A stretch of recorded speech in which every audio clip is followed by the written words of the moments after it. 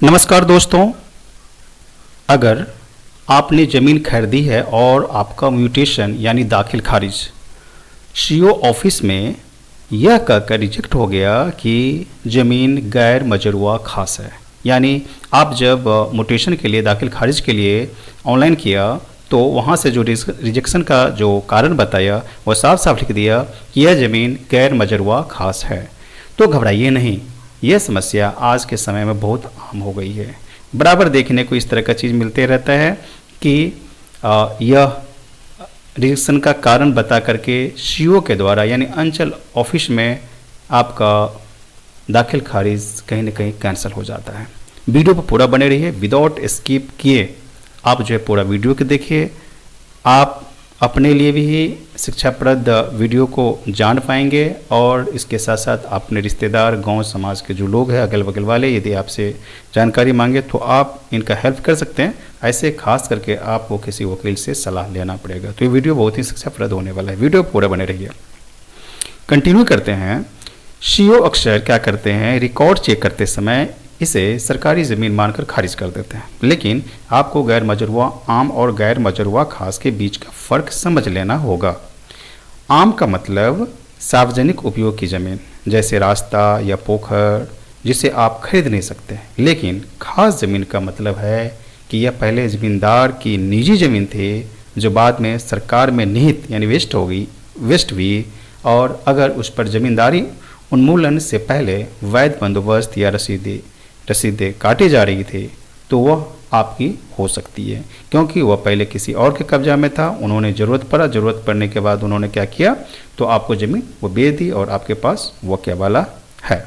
Picture को भी समझाऊंगा, पिक्चर में भी दिखाऊंगा, बताऊंगा भी आपको ये क्या बताना चाहता है। अब आपके पास कानूनी उपाय क्या है उसे ध्यान से समझें। सबसे पहला कदम, जो जैसे ही सीओ साहब ने आपका दाखिल खारिज रिजेक्ट कर दिया तो आप DCLR में जाके अपील करेंगे। उसमें ऑलरेडी लिखा हुआ भी रहता है कि आप यदि संतुष्ट नहीं है तो DCLR में जाए, तो पक्का नकल लेकर जाए और नज़दीकी जो अधिवक्ता है उनसे मिले। वहाँ आपको यह साबित करना होगा कि आपके विक्रेता का नाम, यानी जिससे आपने ज़मीन खरीदा, वह ज़मीन या उनके पूर्वजों के नाम पर जमाबंदी कायम हुई थी या तो विक्रेता के नाम पर वह जमाबंदी चलते आ रही थी।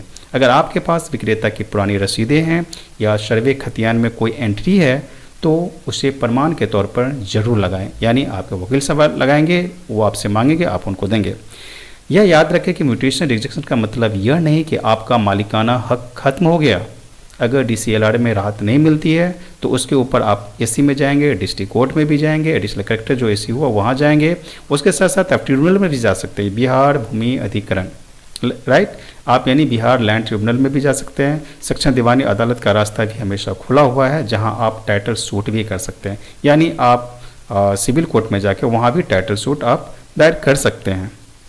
अब जो मैं फ़ोटो में आपको दिखाया हूँ वो आप बहुत अच्छे समझ जाएंगे कि उसी को मैंने शॉर्ट करके दिखाया, जिसमें बताया गया कि समस्या पहला एक म्यूटेशन यानी दाखिल खारिज की अस्वीकृत की गई।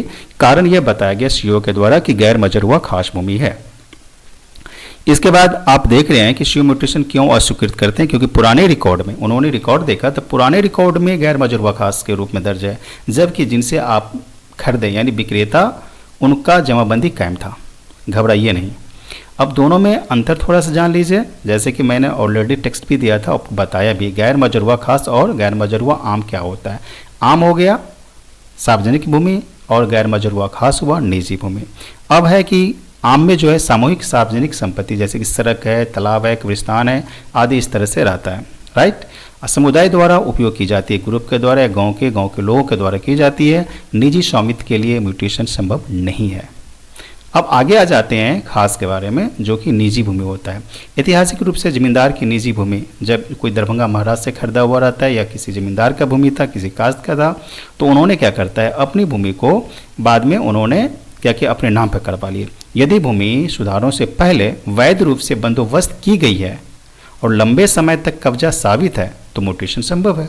हाँ, यदि आपने जिनसे खरीदा जमीन वो ऑलरेडी जमाबंदी उनके नाम पर कायम है, वो कई सालों से उनके ऊपर कब्जा किए हुआ है और उनके पास सरकार को टैक्स भी दिया है, जमाबंदी भी कायम करा लिया है, उनके पास कागजात भी है, तो आपने यदि खरीदा तो बिल्कुल थोड़ी सी परेशानी होगी, लेकिन कानूनी समाधान जरूर होगा। अब तीसरा कॉलम में आ जाते हैं कि जैसे ही सीओ साहब रिजेक्ट करते हैं तो डीसीएल कार्यालय में जाए, वहाँ पर अपील करें, जो कि 30 दिनों के भीतर अपील दायर करें, पुरानी जमाबंद, लगान रसीद, हुक्मनामा जो आपके पास है और कब्जे के सबूत पेश करें।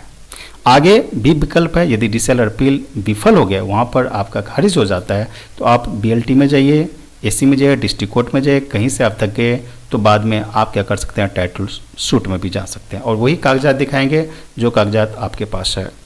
अगर आपका मामला उलझा हुआ है तो किसी अच्छे वकील से सलाह लें और अपने कागजात की सही तरीके से समीक्षा करवाएं। कानूनी जागरूकता ही आपकी संपत्ति की सुरक्षा है। अगर आपको इस विषय पर और भी जानकारी चाहिए तो आप कमेंट में पूछ सकते हैं। मैं अधिवक्ता जयशंकर प्रसाद निराला। धन्यवाद।